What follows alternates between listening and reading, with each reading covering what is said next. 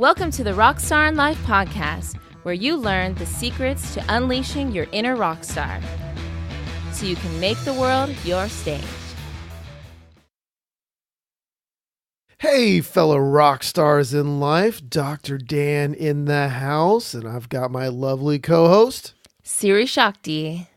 What's up, everybody?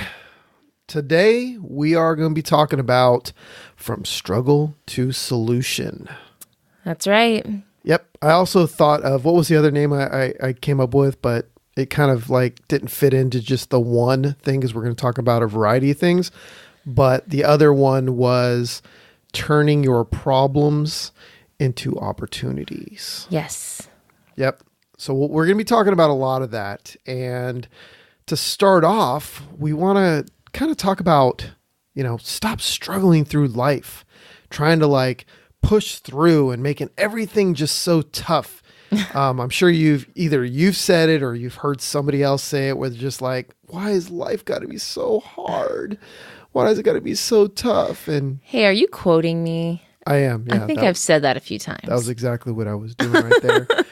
But it's something that we actually learn many times. We kind of joke about this, even, between you and me, and also even with my business partner, whenever he kind of waits for it now. Ben waits for it when he's talking about man, why are we having, so many things coming at us in bad ways, all these things are happening to us and it feels like we just can't catch a break. And he knows I'm about, what I'm going to say is, that means that something good's coming, yes. Right? Because, how do you say that again? With every action, there's an equal and opposite reaction. Exactly. Or I always think of, it's like the yin and the yang, right? There's a balance. So and I think the same thing now is whenever I'm going through a real struggle or challenge, I know I'm growing. And I know good things are on the horizon. Yeah. And we're always, we know, you have a bunch of wins and everything seems to be going your way. And then at some point you're challenged, right? Yeah. Because to be honest, if everything was all, rainbows and unicorns and lollipops, then life would be boring. Right? Yeah, it would be. I mean, it's just I think I mentioned this before. If you're playing a video game and the video game is the exact same over and over again, and you can win really easy at it, and if there's no challenge, then why would you want to play that video game? And, for people out there that don't play video games, let's say you're watching a TV show or a movie, and it's just the same boring stuff, and there's no conflict, and there's no anything they're, overcoming or any challenges in life or think about it. Any movie you've ever watched or any TV show you've ever watched, there's always going to be some kind of challenge that they have to overcome. Yeah. Otherwise it'd be boring. Oh my God, the movie would be awful. Or imagine if you're a sports fan and you're watching a football game or basketball game, and then everybody's just kind of walking and dribbling and not really doing anything. Yeah. If you think about it, the best, novels out there, the best movies are all about people overcoming challenges and opposition. And that's just the human story, that's what life is about. So, one thing too that came to me when we were talking about this subject is that as much as we want to get away from the struggle, and of course we don't want it to become our constant focus, right? I'm just going to sit here in the struggle. But sometimes it is a messenger. Sometimes I know for me, I've gone through some stress and struggles that have taught me great lessons. And there's many in my life I could pull from. And so, of course, we're going to be discussing today, not to just sit and stay in the struggle, but the other part of that is, of course, the other side of the coin is that when it's in your life, it's there to give you a message, and being able to be sensitive to pick up on that is part of the learning, and the growing. Exactly. It's part of the learning process. Yeah. And, if you're not, I don't want to say you're not smart enough, but, it's what do they say? fool me once, shame on you. Fool me twice, shame on you, right? Yeah. Or shame on me, shame on me. Shame on me. Yeah. Yeah, and it's kind of the same thing as like learn from those lessons and always be learning. And, don't try and force your way through problems, or if you call them problems, some people call them problems, dilemmas, headaches, mess, right? Can of worms. I don't know if anybody still calls that can of worms, but, or whatever you call it. For me personally, I've mentioned this before, I like to call problems challenges, right? Because it's a way better and different feeling when you say, hey, I've got this challenge instead of I've got this problem. Or I have this curse. Yeah, I have this curse. Yeah, right. The world's after me. So instead, I have this challenge that I need to overcome, because people want to overcome challenges, right? When you say a challenge, it's like, oh, wow, somebody can win at this, right? And that somebody's going to be me. Yeah. So I do recommend start calling your problems challenges. And when somebody else says, I have a problem, say, no, you don't. You got a challenge. Yeah. And don't let other people call them problems in front of you anymore. And, some people will tell you to shut up because they want it to be a problem. But, who cares? It'll be fun, right? Yeah. But my point is don't give, these so-called problems or challenges, any wasted energy, right? Making it more than it should be, giving it that negative energy where it's like something that can control you and you have to like fight through and make it through to the other side. I mean, that just sounds very struggle, right? I mean, I even threw my arm up and I was like struggling, like this pretend struggle to get through it, because that's what you internalize yourself when you think that. And it reminds me of like, Bruce Lee. Or Aikido. I don't know if you've seen that clip. I think I played it. I don't know if you were paying attention. The one that it reminded me of, where he's like, be like water. Yes. You pour water into a cup, the water becomes the cup, and flow and be like that. And that's the same thing for like Aikido. It's not, that martial art is not to struggle with somebody and fight them, right? Instead, it's to allow them to use their own energy, the attacker's force, their own force that's coming at you. You just redirect it. Wow. And it takes a lot less energy, because now you're not you're not fighting it head on. Wow. Now you're using its own energy. I mean, I don't know, I've done this before. I don't know if you ever have, but actually I did this a couple days ago. I think we were we at I think we were at Fashion Island or the Spectrum. I don't remember, but Melina was like getting all our middle daughter. Yeah. She was like getting all like antsy and kind of joking around and getting silly. And she was like, pushing into me. Right. I think like it was Fashion Island. She was just like kind of like throw herself into me as we're walking, as a joke, kind of like bumping me. and I just kind of like moved out of the way a little bit. She just like, I was pushing against her for like 2 times, and then she came back for a third, and I just moved, and she went right by me. So that didn't take any energy from me at all. It did for her, but I mean, that's really what you're doing right there. So you're not giving it, power. And one example I want to talk about is like rivers. Yeah. If you've ever been around a river and you've actually looked, or you can even look this up online, and you'll see like how the water in a river doesn't push rocks. It doesn't go, hey, there's a rock in my way. There's this big boulder in my way. Well, hey guys, let's push this boulder out of the way, right? It doesn't sit there and stop and go, hey, I can't get past this boulder. It's really heavy. It's hard to move. So I'm just going to sit here and not go anywhere. Right. No, it's flowing, right? So if the river is flowing, the water goes around it. That's right. It doesn't even give it a second thought. It just flows right through it. Yeah. And if you ever looked at the boulders or the side of a riverbed or anything like that that's been there for a while, you'll see just how smooth that is. I mean, there's some beautiful pictures I found online when I was looking this up a long time ago.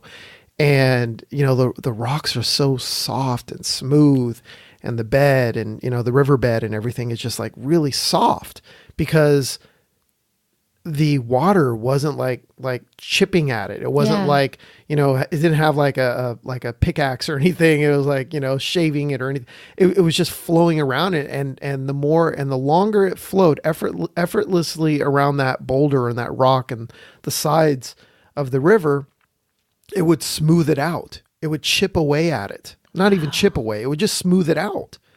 Yeah, and that's so beautiful. And there was no struggle. And I ended up having to look this up because, I'd heard a long time ago that, the Grand Canyon was formed from water. And like people like come from all over the world to marvel at the Grand Canyon.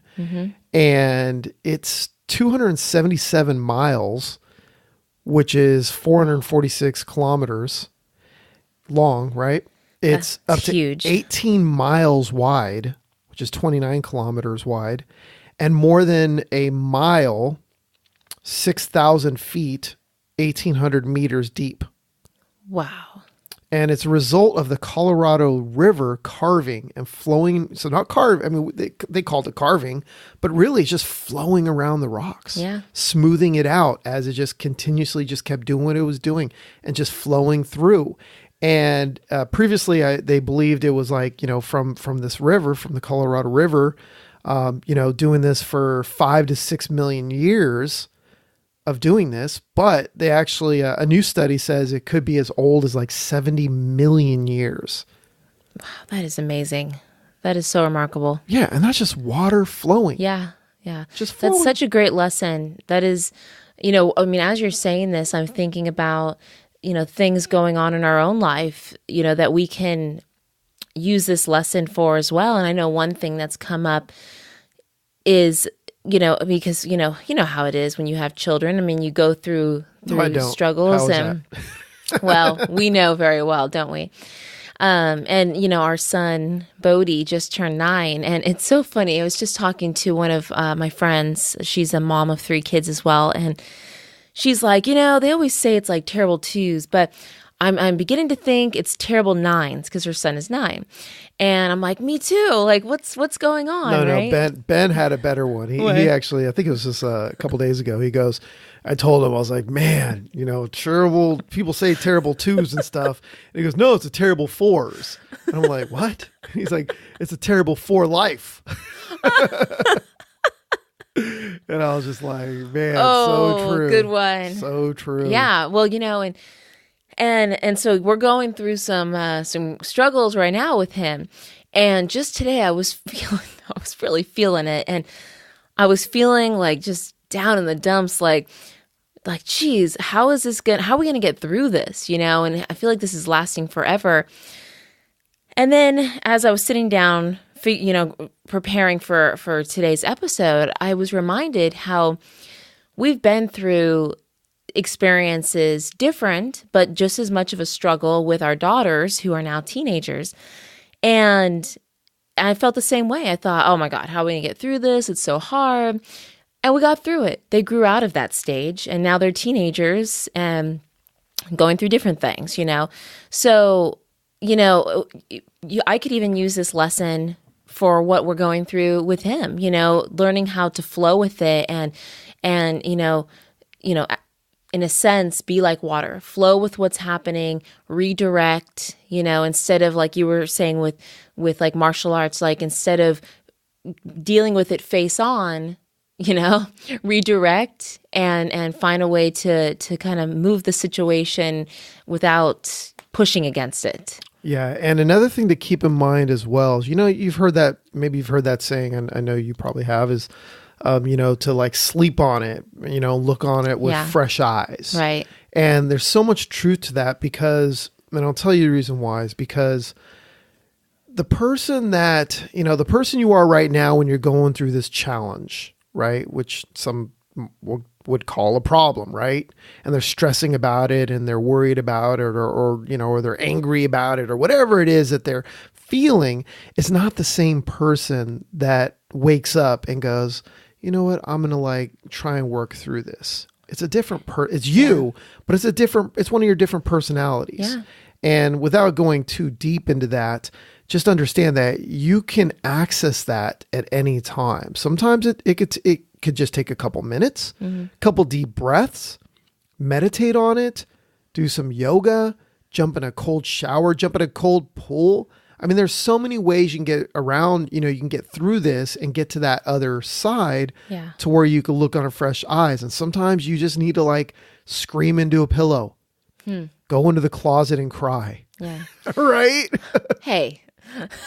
Was that a little too close to home? That was all right. Okay. I've done it a few times. Yeah. Put your head into a pillow, scream, go work out, go for a run, cry in the shower. I mean, whatever you need to do. And it's always going to be a little different. Maybe you have your go-to thing, obviously where, don't do something like go eat, bad food, junk food or something like that. Don't do something unhealthy. Go binge on chocolate cookies. No. Yeah. Don't do that. Don't go stuff your face. Don't go smoke cigarettes or anything like that. Do something healthy for you, or scream or cry, whatever you need to do to get yourself through it. But the whole point is that come at it when you can take a step back. Right? Yes. You can take a step back. Mm-hmm. And I even like to sometimes schedule it for later. I mean, you've heard me say this before when you're like, hey, can we talk about this? And I'm just like, you know what? I don't want to deal with that right now. Yeah. So let's schedule it. Yeah. And I do that in my own head so many times where I'm like, you know what? I don't even want to think about that because it's stressing me out right now. So I'm going to schedule that for Tuesday at 2 p.m. Yeah. And sometimes I'll go back to it even earlier. And I'll solve it. Sometimes the same day, sometimes the next day, sometimes I will wait a few days, and sometimes it solves itself. Yeah. Yeah. So it's just about not trying to get into this deep rabbit hole of despair and feeling crappy and just beating yourself up and just feeling down. Right. Mm-hmm. Yeah. You're really good at that. I'm step by step getting better at that. Baby steps at a time, one step at a time. I do know that there's such value to what you're saying because I know that there's been many times where I've brought things to you and I'm like, oh, we need to talk about this. And it's something that, is happening that I feel at the moment is very important and feels like a big struggle. And you have said, let's talk about that later. And I remember a few times feeling frustrated, oh, he's just putting me off. I want to talk about this. But then I want to struggle with somebody on this, but then an hour or a few hours, sometimes a day passes. And then I'm like, you know what? It wasn't even a big deal. I got over it. And actually many times we didn't even have to talk about it. Exactly. Yeah. Yeah. And this happens a lot as well with, even with my partner, Ben. Me and you have done this, but even with my partner, Ben, we'll sit there and he'll stress about something and be like, oh, did you hear about this? Or did you know that this might happen? Or, something's going on and we need to, we need to prepare for in case this happens. And I'm just like, look, let's take a step back and this might never happen. Yeah. So if it might never happen, then let's not stress about it right now. Yeah. Let's just kind of, let's wait it out, see what ends up, happening. And if it happens, then we can come up with some solutions. Then we can, take it on or do whatever we need to do to solve it. Yeah. And we can find solutions. And it's important to mention that I'm not saying to ignore things and not to prepare for them at all. But there are many times when, there's nothing you can do about it. So why even stress about it? And you don't know if it's going to happen. Yes. So, and it's great, it is great to prepare for it, but, take a step back and ask yourself, is this something that I really need to stress about? Right? Yeah. Maybe I can solve this tomorrow, or maybe, it'll work itself out. Let's see, instead of just spending hours and hours and hours of stressing about it. And I'll give you an example in my own business. A few years ago, it was actually, it's probably 7 or 8 years ago.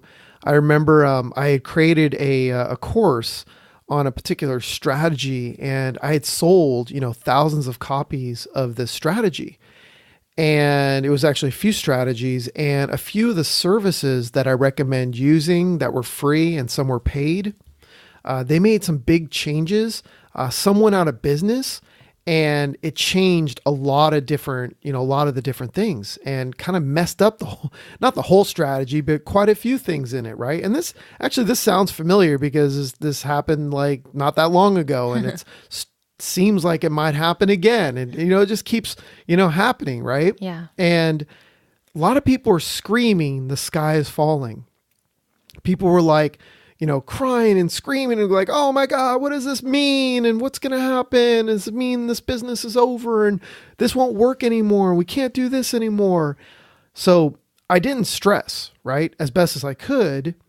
Now I used the time to research instead. So once I was like, not stressing and I was feeling good about it, I'm like, you know what? Let me use this time to research, this new challenge, right? Yeah. Not a problem, not a dilemma.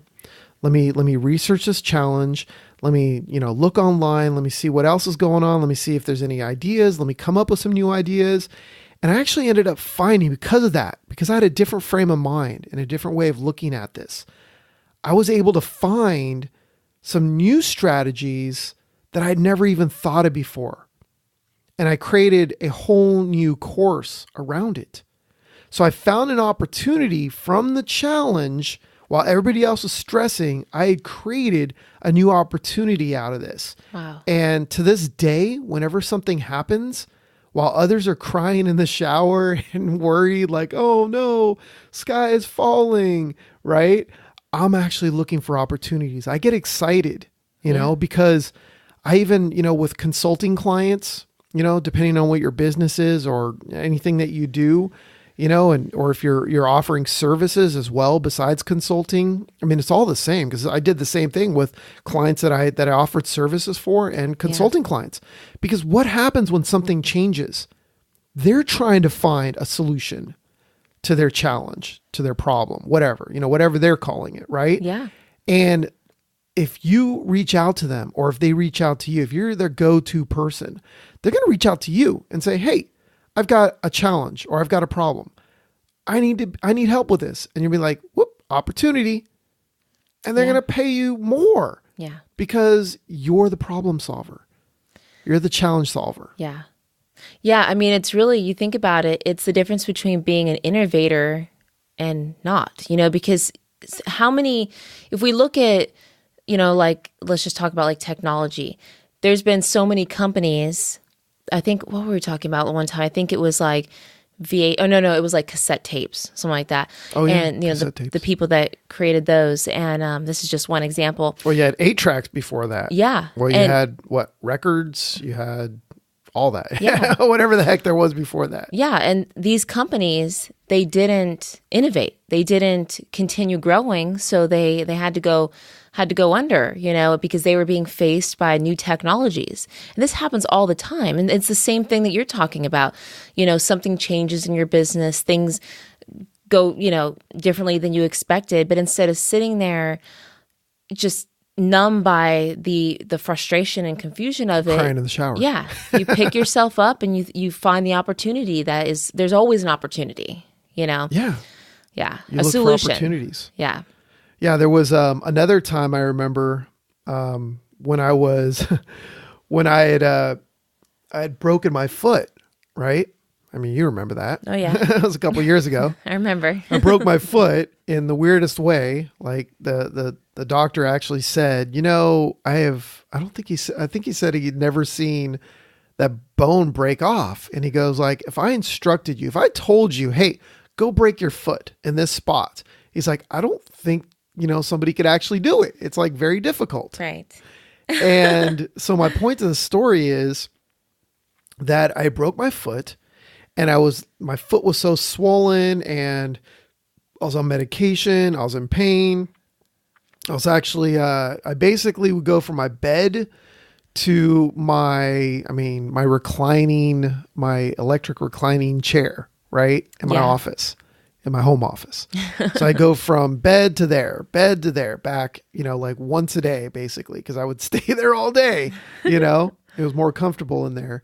So I would lay on there, and instead of just sitting around and crying and feeling sorry for myself, I was in pain, but I used it as an opportunity, right? Instead, I was like, well, I can't go anywhere. can't really do that much.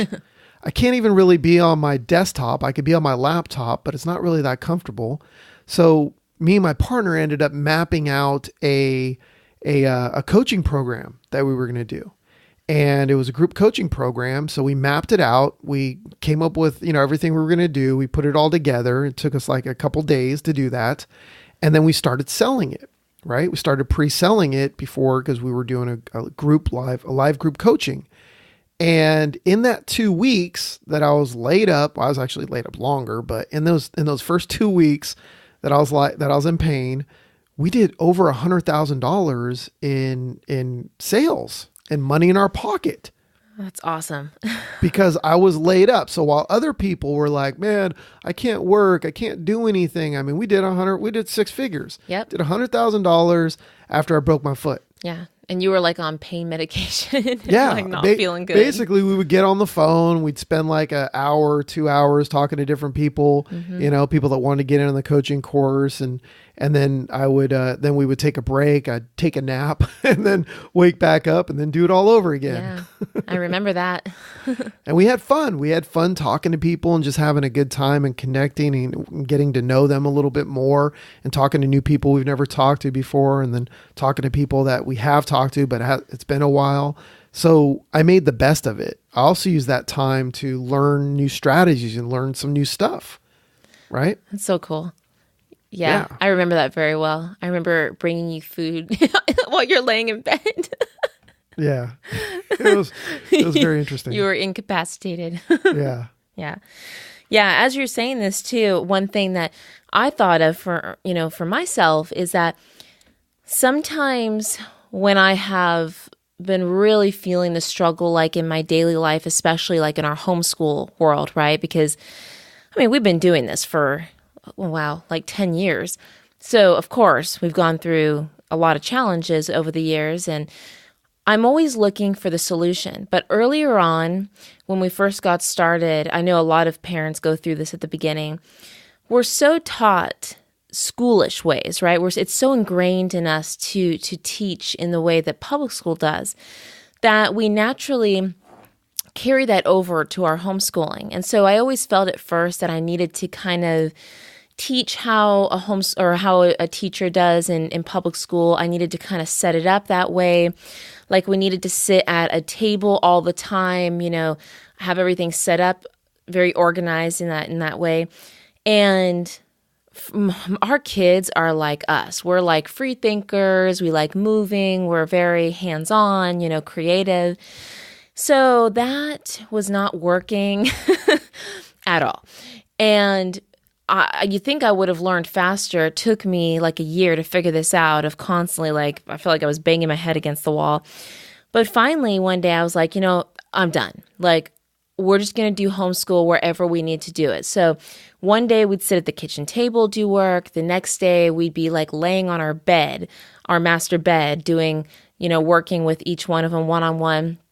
One day we'd go to the park, bring a blanket, and we'd all sit there and do some work or do some reading, sit at the benches, So I decided that it didn't matter where we were sitting anymore. It just mattered that we were getting the work done. And I learned to be a lot more flexible. So that was just like a small distinction. And it was just a slight, change to what we were doing. And that was the solution, And so sometimes it's just looking for just the smallest thing that needs to shift that will take you out of that struggle and back into that feeling of flow and, and whatever you're working on.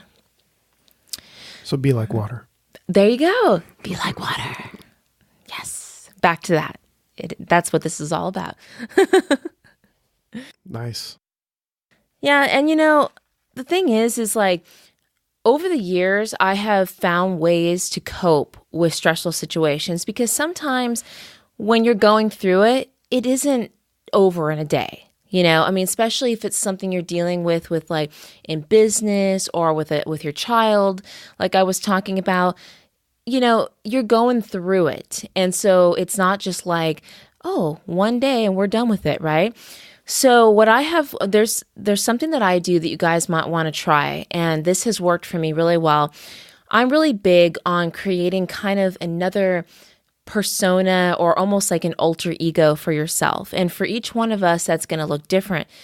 But this alter ego is an image of yourself that is strength, that is courage, that is able to withstand the pressure. And for me, it's kind of like this warrior queen type of, image. And I'm not going to get into what that looks like because she has like this whole wardrobe that that goes with it of what I imagine myself wearing.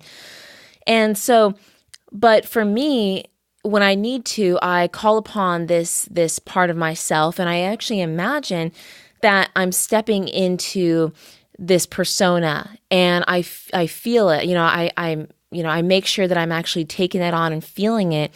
And this part of me has almost in a sense like a shield, and this shield can block or deflect any, scenarios or challenges that I don't want to feel like energetically, And so I can kind of like use that shield to protect myself, especially if I'm dealing with another person that is maybe being very negative or, situation like that.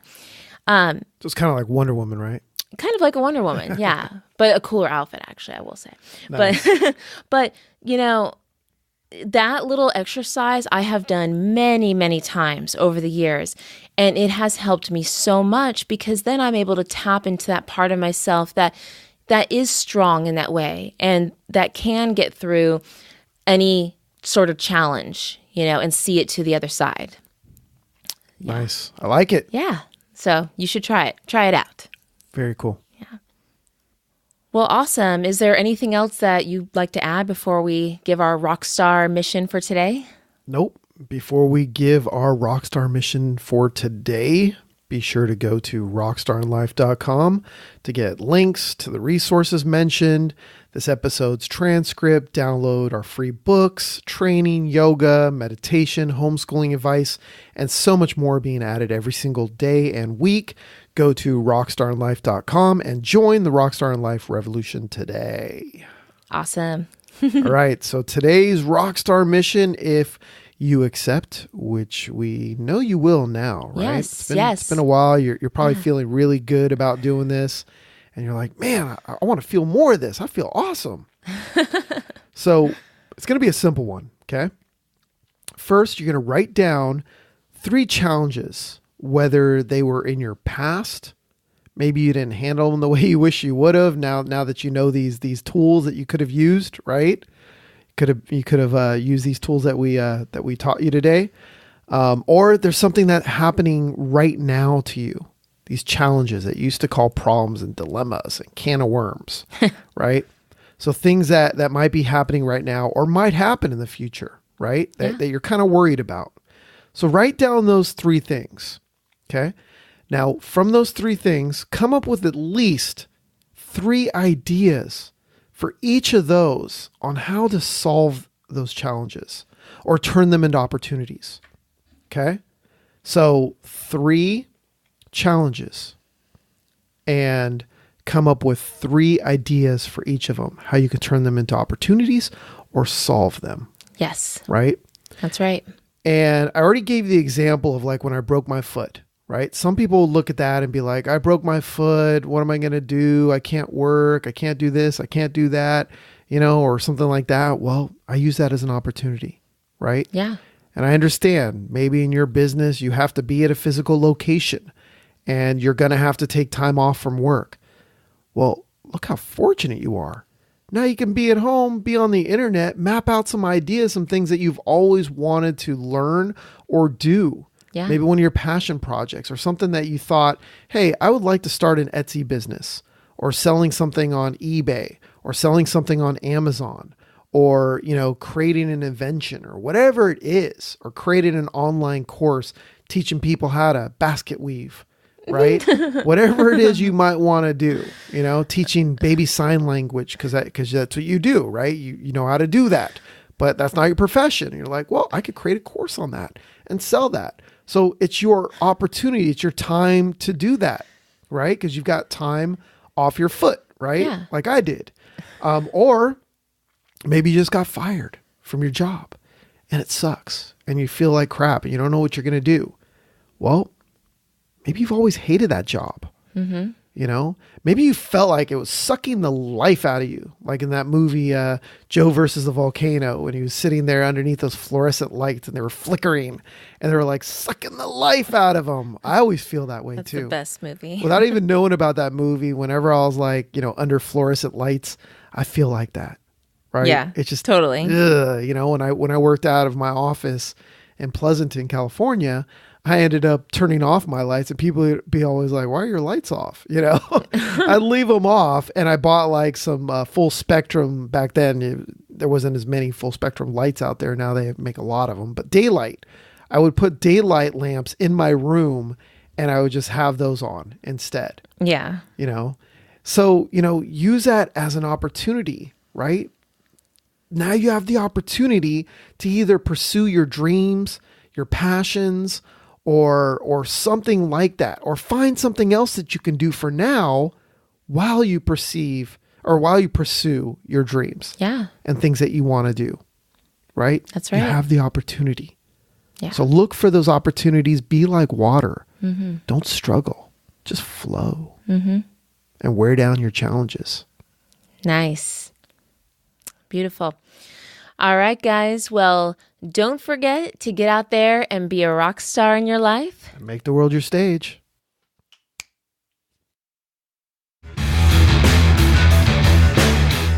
Thanks for listening to Rockstar in Life, your source for unleashing your inner rock star. For more tips, training, and free stuff, be sure to go to rockstarinlife.com and join the Rockstar in Life revolution today. Thanks again, and don't forget to make the world your stage.